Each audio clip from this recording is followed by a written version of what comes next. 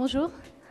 Donc aujourd'hui, l'objectif de cette présentation, c'est de faire un point sur la réglementation existante et les actions de préservation et restauration qui sont engagées en région PACA. En fait, c'est pour que tout le monde ait le même niveau de connaissance, certains au niveau en termes réglementaires et au niveau des actions engagées. Donc je vais commencer rapidement.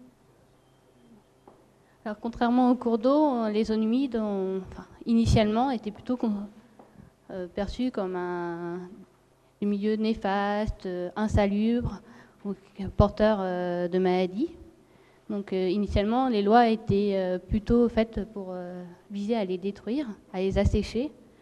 Il y avait aussi des aides financières dans ce sens-là. Donc on va dire du 15e au 20e siècle, du 16e au 20e siècle. C'était plutôt un objectif de destruction de zones humides. Il a fallu en fait attendre les années le 21e siècle, vers les années 1970-1980, pour qu'on réalise en fait l'intérêt des zones humides, qu'on réalise déjà dans un premier temps que en fait les zones humides, c'était pas les zones humides, le milieu qui était porteur de maladies, mais les moustiques. Donc déjà ça a permis de faire évoluer la perception des milieux. On a aussi réalisé que c'était de grands réservoirs biologiques. Ça avait beaucoup de fonctions en termes d'étiage, de zones d'expansion de crues. Donc c'est toutes ces fonctions qui ont du coup fait évoluer la perception du milieu et du coup aussi faire une évolution de la réglementation existante.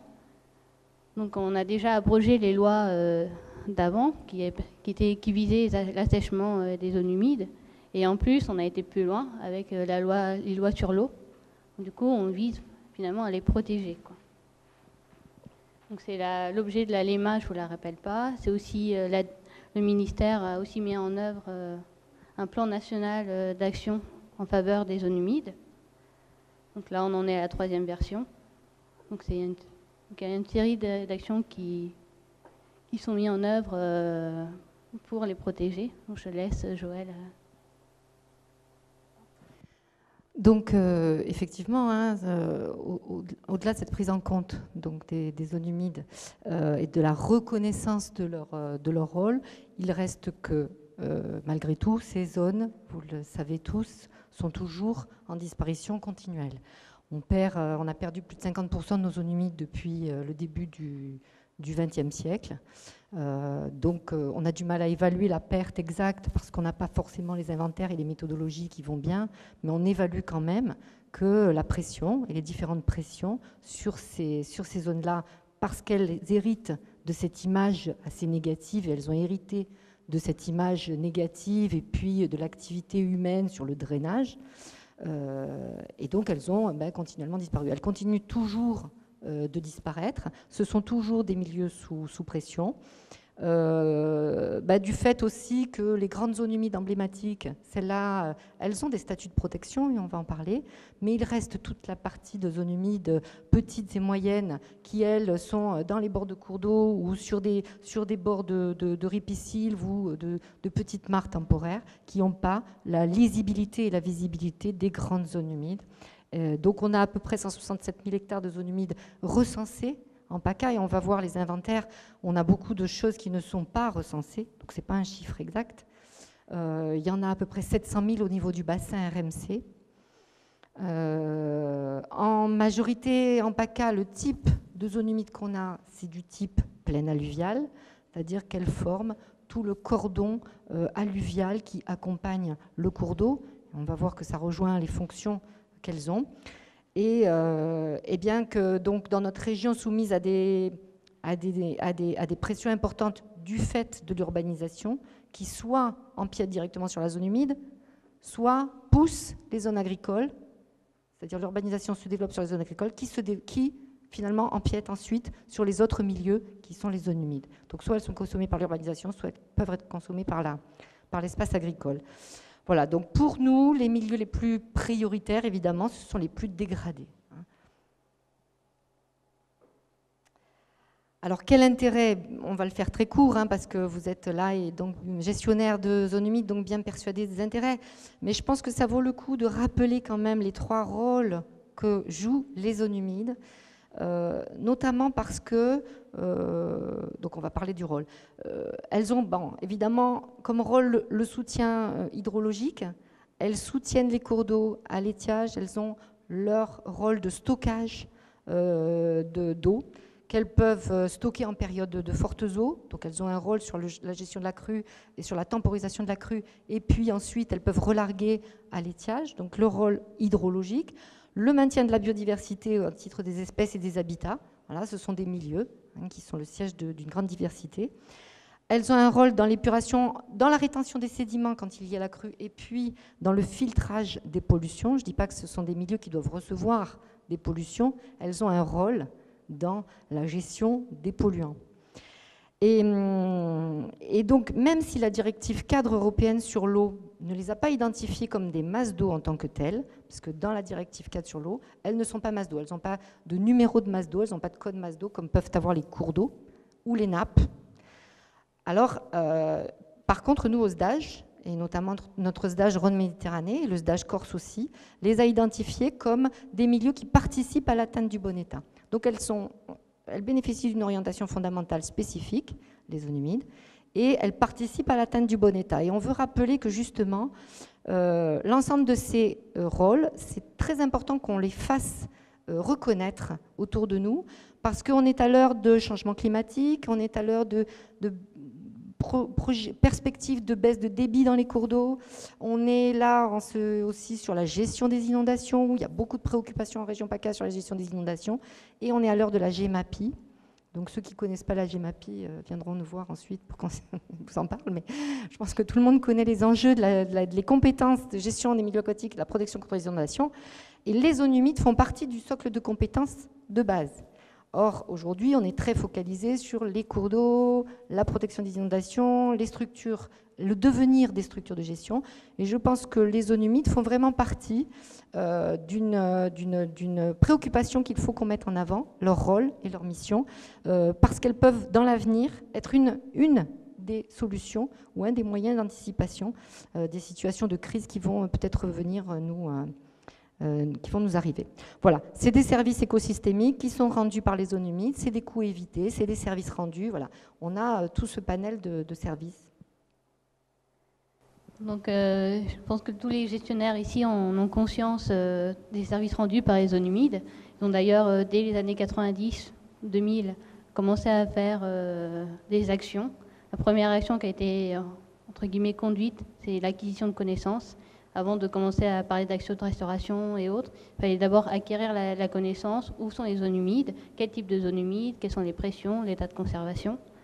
Donc toutes ces données donc c'est dans ce cadre-là que les gestionnaires, la Tour du Valat, les conseils généraux, les parcs naturels régionaux, Luberon, Verdon, ont commencé à réaliser des inventaires de zones humides, soit à l'échelle d'un SAGE, d'un schéma d'aménagement de gestion de l'eau, soit à l'échelle de leur parc, du département. Donc petit à petit, donc, on est encore en train de réaliser des inventaires, mais petit à petit, on voit qu'entre 2001 et 2014, il y a beaucoup d'inventaires de zones humides qui ont été réalisés. Et du coup, on commence à avoir une cartographie assez représentative à l'échelle de la région PACA. Donc, comme l'a dit Joël Hervaux, on a maintenant recensé plus de 3000 zones humides, et ça correspond à peu près à 167 000 hectares, quoi. Donc là, c'est le Conseil général des Alpes-Maritimes qui a réalisé l'inventaire départemental. Il s'est servi du parc, un parc national du Mercantour a aussi réalisé un inventaire de zones humides. Donc on voit une certaine, je reprends la Tour du Valat pour la Camargue, la DTM des Bouches-du-Rhône qui a complété pour le reste du département. Pareil pour Vaucluse, il y a le PNR du Luberon qui avait commencé à faire un inventaire à l'échelle du SAGE, puis ça a été complété à l'échelle départementale par le SEN, PACA. 0405, c'est également le SEN PACA qui l'a fait. Sur Verdon, ça a été fait par le PNR Verdon, dans le cadre du SAGE Verdon. Donc on voit une certaine, qui ressort pas mal, c'est que le Var et le Verdon n'ont pas, comment je pourrais dire, ne se sont pas servis de la même méthodologie pour inventorier les zones humides. Donc, notamment, on voit dans le Verdon et dans le Var que les cours d'eau n'ont pas été cartographiés. Ça ça fait assez flagrant à cette échelle-là. Donc le Var est en train d'actualiser son inventaire de zones humides, parce que ça a été fait en fait avant 2008. Et en 2008, il y a eu un arrêté préfectoral qui donne en fait la méthodologie, qui dit voilà les critères qui délimitent les zones humides, c'est des critères pédaux et faunistiques. Donc en tout cas dans le Var, c'est en cours d'actualisation, donc on devrait avoir une carte assez homogène à l'échelle de la région PACA. Donc toutes ces données, si vous voulez plus d'informations, sont soit sur Carmen, soit sur le SIT des parcs, que Jérôme Richard pourra en dire plus après. Voilà. Donc, une fois qu'on a acquis la connaissance, on ne s'arrête pas là, on fait soit des actions de préservation, soit des actions de restauration. Donc, il y a plusieurs acteurs qui mettent en place des actions. Il y a au niveau de l'État, je suis là aussi pour prêcher la bonne parole de l'État, on met en place des outils de protection réglementaires avec les réserves, les arrêtés préfectoraux de protection de biotopes, les parcs nationaux. Donc ça correspond en fait, 372 zones humides sont ainsi protégées avec des outils réglementaires. Il y a un troisième type d'action, entre guillemets, c'est les zones humides acquises, soit on fait par l'acquisition, on peut protéger les zones humides en les acquisant. C'est assez flagrant au niveau de la Camargue. Donc il y a à peu près 1495 zones humides qui sont acquises. Donc ça correspond à peu près à 47% des zones humides. Et il y a aussi les zones humides qui sont protégées par des outils contractuels, type Natura 2000, contrat de rivière, SAGE. Donc ça correspond à 83% des zones humides. Alors, vous allez vous dire, je me suis trompée dans les chiffres, on arrive à 200%. Non, en gros, il y a des zones humides qui peuvent être acquises et qui sont aussi recouvertes par un contrat de rivière.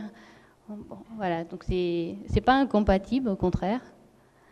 Souvent, l'avantage d'avoir un contrat de rivière ou un Natura 2000, ça commence à sensibiliser et ça permet ensuite aux acteurs de l'État ou à d'autres d'aller un peu plus loin, de mettre des réserves, des arrêtés préfectoraux de biotopes pour protéger ces zones, quoi.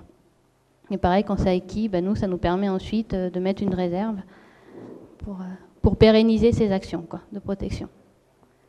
Voilà. Je sais pas si tu veux compléter. Ah. Voilà, on a vu d'où on vient, on va regarder où on va. Donc on va pas développer trop longtemps, mais on profite de ces journées aussi pour faire des petits moments d'information, pour que vous ayez la dernière information. Celle-là, elle est toute fraîche, elle date même d'hier soir. Donc le SDAGE, le schéma directeur d'aménagement et de gestion des eaux, est en cours de consultation pour son volet 2016-2021. Donc aujourd'hui, on a un SDAGE qui est opérationnel, 2010-2015, qui prévoit une orientation fondamentale sur les zones humides. Et puis, le SDAGE à venir, le deuxième plan de gestion, 2016-2021, a prévu de modifier légèrement l'orientation fondamentale. Donc on voulait juste vous présenter les nouveautés des Galeries Lafayette. Vous avez à peu près la même chose que ce qu'il y avait dans l'orientation fondamentale précédente. Ce qui est en jaune, c'est ce qui est un peu différent ou qui a été une nouvelle notion. Et notamment, ce qui apparaît dans l'orientation fondamentale numéro 6 du SDAGE sur les zones humides, c'est la notion de plan de gestion stratégique sur des territoires pertinents. Donc il y a toujours l'objectif de préserver les zones humides. On les achète, on les préserve, on met de la réglementation éventuellement.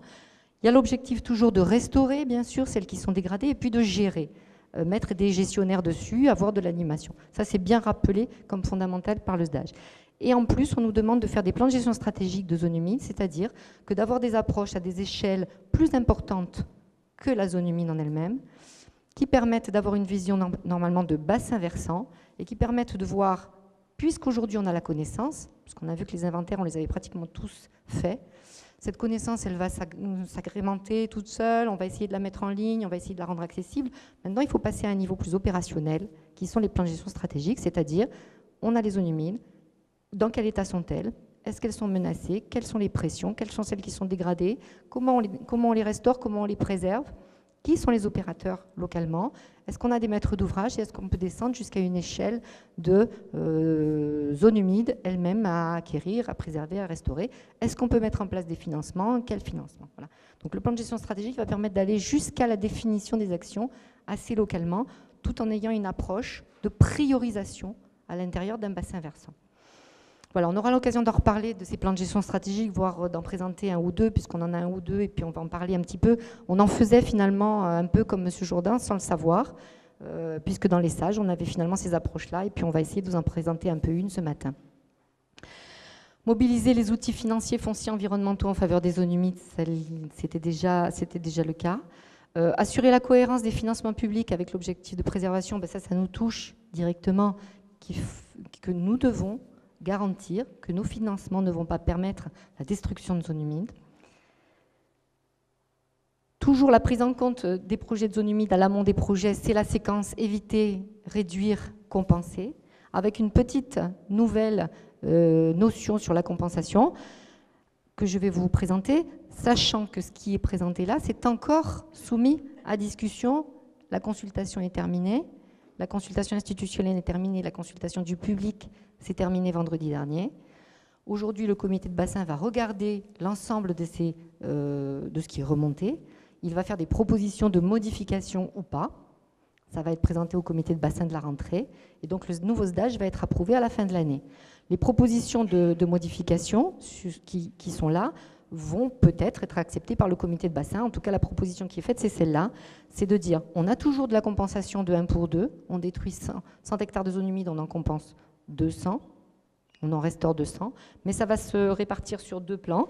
100% pour la création ou la restauration de zones humides fortement dégradées, qui présentent les mêmes fonctions dans le même sous-bassin ou dans le sous-bassin adjacent.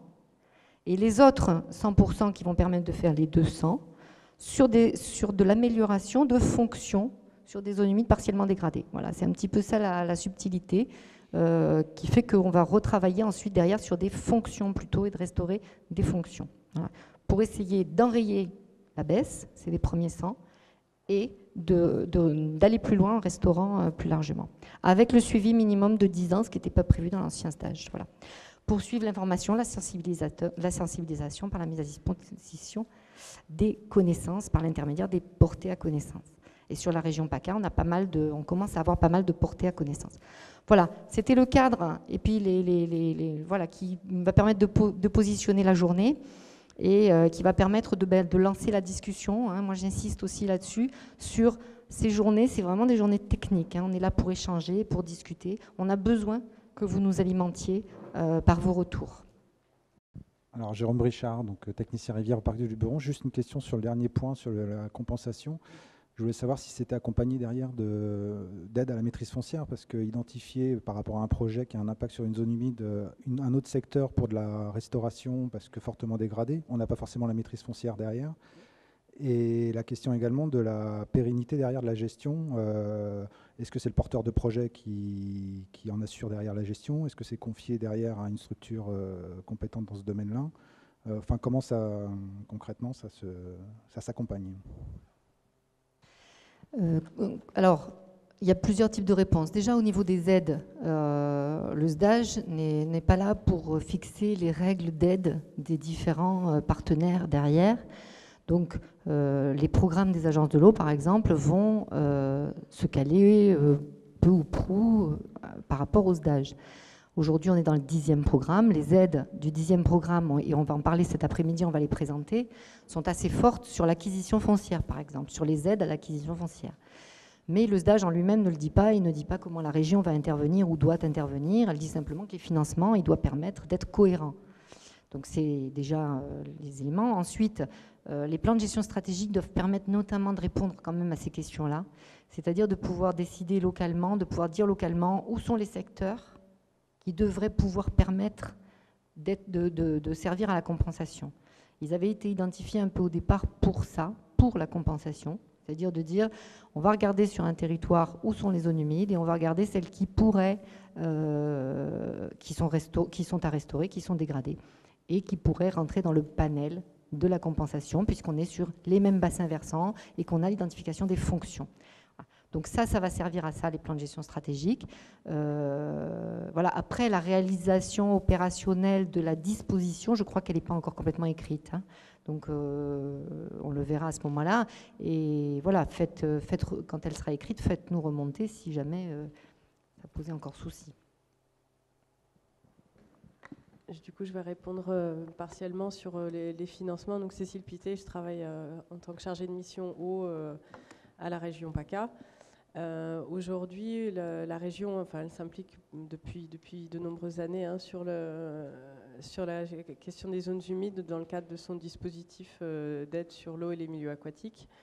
Elle a soutenu les inventaires de zones humides et ceux qui se font encore, dont l'actualisation sur le Var.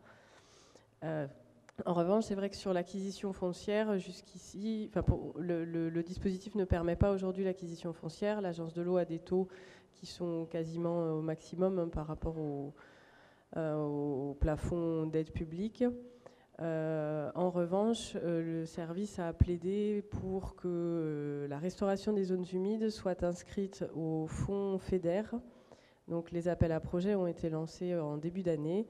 Et l'acquisition foncière fait partie des opérations, des actions éligibles dans le cadre du FEDER. De même que, alors, le FEDER attend beaucoup d'opérationnalité. Il y a eu une volonté vraiment de la Commission européenne de ne pas financer de fonctionnement, mais des travaux. En revanche, donc cette acquisition foncière, elle est possible, avec des limites, par contre, de 10% par rapport au montant, je crois, total, de l'enveloppe totale des travaux. Et on peut y intégrer aussi, dans le cadre d'un projet, des frais de personnel, des frais de ressources humaines. Donc dans ce cadre-là, il y a des fonds européens qui sont mobilisables, alors que ce soit d'ailleurs sur, là on parle zone humide, mais si on voit plus large, il y a 2 appels à projets, hein, par rapport à la biodiversité, la préservation de la biodiversité terrestre et aquatique. Donc ma collègue Céline Ayotte pourra vous en dire... si vous avez des questions, on pourra y répondre aussi. Voilà pourquoi la région a plaidé pendant longtemps pour essayer de faire inscrire ces opérations au FEDER. On se rend compte qu'aujourd'hui, les projets ont quand même du mal à émerger, puisqu'on n'a pas, sur la programmation 2015, il n'y a pas eu de dépôt de projet. Donc on est là aussi pour signaler aux gestionnaires que il y a des possibilités de financement, certes avec des taux planchers qui nécessitent d'avoir une vision globale, hein. Joël Herveau parlait des plans de gestion stratégiques et on est bien dans ce cadre-là. Essayer de mutualiser les efforts sur l'ensemble des zones humides et pour justement prétendre à ces fonds européens qui sont associés à des montants planchers. Sur la biodiversité aquatique, aujourd'hui, sur les études, on est à un minimum de 100 000 euros d'opération et sur les travaux, 200 000 euros. Donc c'est beaucoup, sur les zones humides notamment, mais en essayant de mutualiser peut-être les projets, en essayant de monter des conventions de maîtrise d'ouvrage déléguées ou de se regrouper, il y a peut-être moyen quand même de passer au-dessus de ces seuils, sachant qu'on fait un travail... On fait un travail quand même avec l'Agence de l'eau pour démontrer à l'Europe que ces seuils sont trop élevés aujourd'hui. Donc les zones humides, c'est une partie de ces appels à projets. L'autre partie, c'est la restauration de la continuité, l'hydromorpho. Même sur ces travaux-là, on est confronté à des projets qui malheureusement ne rentrent pas dans les clous du FEDER. Alors après, il y a quand même des crédits régions qui sont mobilisables sur ces thématiques-là, hein, puisque la politique régionale, elle est montée là-dessus. Mais voilà, on essaye de faire évoluer ces seuils pour les années à venir, mais aujourd'hui, on ne maîtrise pas tout. Donc, je suis Virginie Mauclair du pôle relais Lagune Méditerranéenne. Et c'était simplement pour dire à tous les gestionnaires de zones humides qui sont ici présents de la région PACA, qu'effectivement, Caroline Chardin l'a rappelé, il y a un plan national d'action qui est en cours, donc sur la période 2014-2018. Et dans ce cadre-là, et également dans le cadre de la convention de Ramsar que vous connaissez tous, il y a le dispositif de CESP, je ne sais pas si vous connaissez. Donc c'est le dispositif de communication, éducation, sensibilisation, participation. C'est un acronyme un peu barbare parce que c'est un dispositif qui est international. Et dans ce cadre-là, on est actuellement en cours de refonte de stratégie. Donc si vous avez en fait des recommandations, des besoins qui viennent du terrain sur ces thèmes-là, n'hésitez pas à nous les faire passer. Tous les pôles relais zones humides sont concernés par cette mise à jour de stratégie.